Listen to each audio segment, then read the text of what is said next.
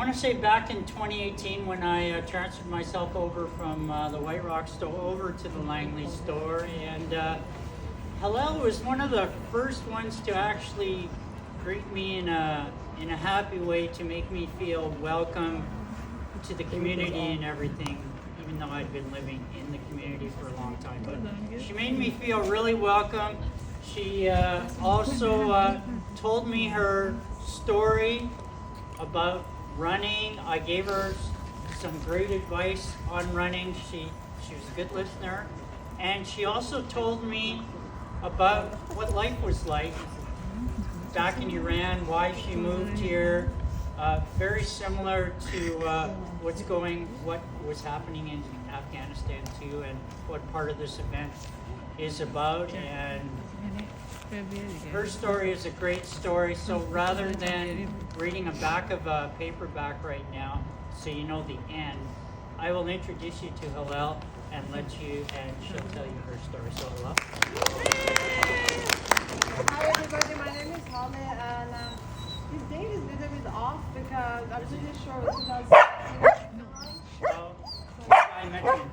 Yeah, so anyhow, today is International Women's Day, and I made a little speech, so I'm just going to go a little bit by it, but the rest of them will be by heart. So today we came together to celebrate International Women's Day, a day we recognize and celebrate the incredible achievement of women all around the world.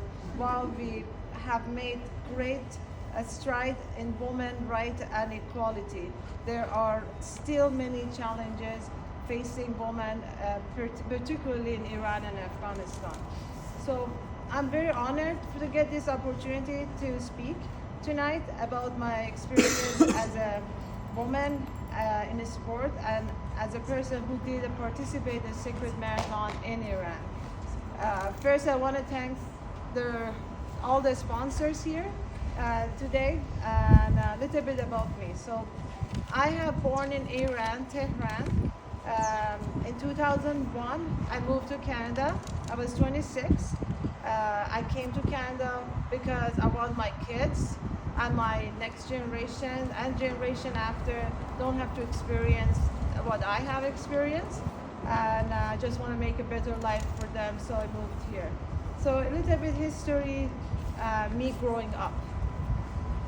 In 1979, Iran had a revolution, and I was only 5 years old.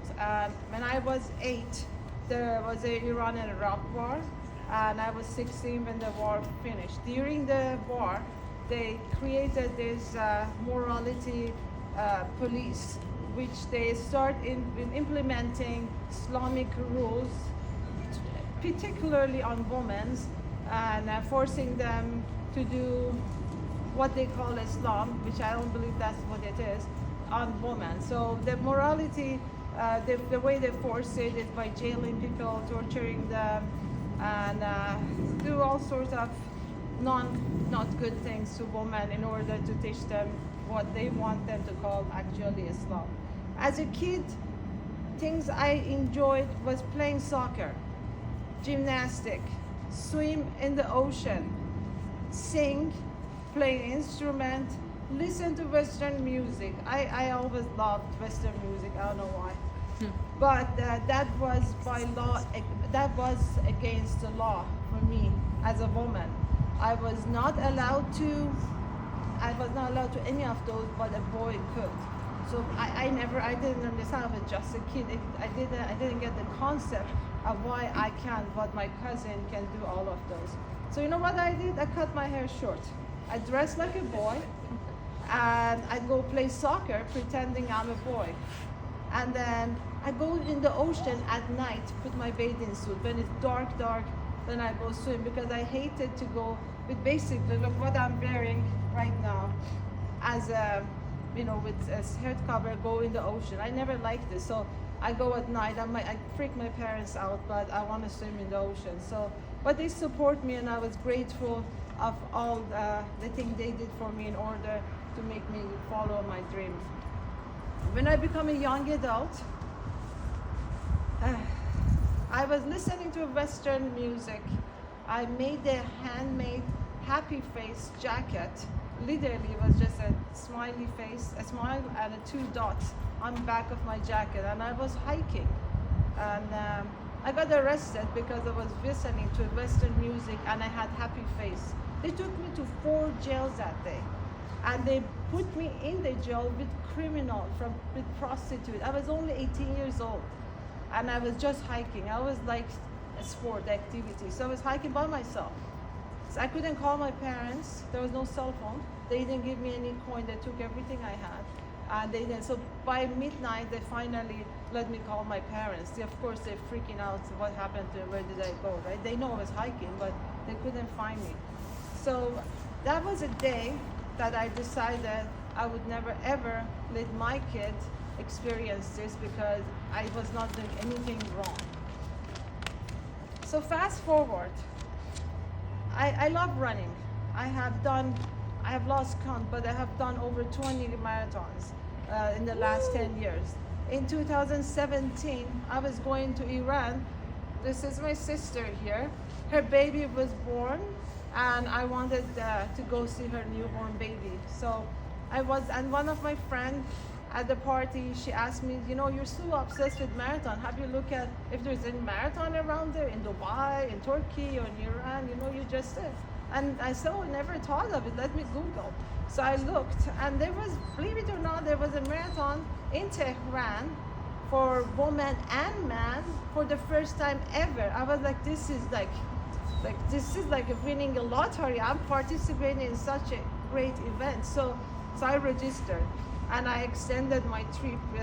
We went to Iran with my husband and Laila here, and they came back, but I stayed longer to participate in this marathon. So when I registered for the marathon, I looked online and I find like about 15 other women from around the world are coming to Iran for this run, and we actually connected on Facebook. And we went and then we became friends. So when we went to Iran, we meet and all those. On the day before marathon, which like any other marathons, you go get your bib and all the stuff you need to get. They get us to a room and they told us we're not allowed to do the marathon because we are women. And they were like, I was in Iran already because I want to see a baby, but the rest of them, they just came to do the run. So we were like, this is not going to work. We came way too far that you said, no, we can't do it. I'm sorry, you can't run it. We have assigned a 10-kilometer run outside of the city just for you women, without no man allowed. You can go run the 10 kilometers, that's all you can do. So we got pissed. Obviously, I said we can, and Kerry, I should actually add this, Kerry, we were training for BMO, but this run was in April. So I went to Kerry, I said, Kerry, I have to do a marathon in April, but all the schedule is the way that I'm trained by May, and I have to push it a month ahead. So he sat and rewrite my whole training process, so I can be ready for the run. I said, I'm not going to not run. No charge. And then when we went to Iran, when my husband was still in Iran, he had concern that this is going to happen because he's a smart man. He said, why don't we just go do a marathon just in case if it didn't happen? So we just did our own marathon beforehand. So I was just like, and he was like, if you didn't do it, that's fine, just come. But we're so stubborn. So on the day of the race, we met in a park that they said that it's a woman-only park, and they said, okay, Golden, so I can go with my outfit and put a head scarf, I actually had one of these on my head, and run. It's a woman-only park. What can go wrong? And we walked to the park, and they said, sorry, today is a family day, and men are allowed to, and you guys cannot run like that. I'm like, you must be kidding me! All of us, they said, and you know what?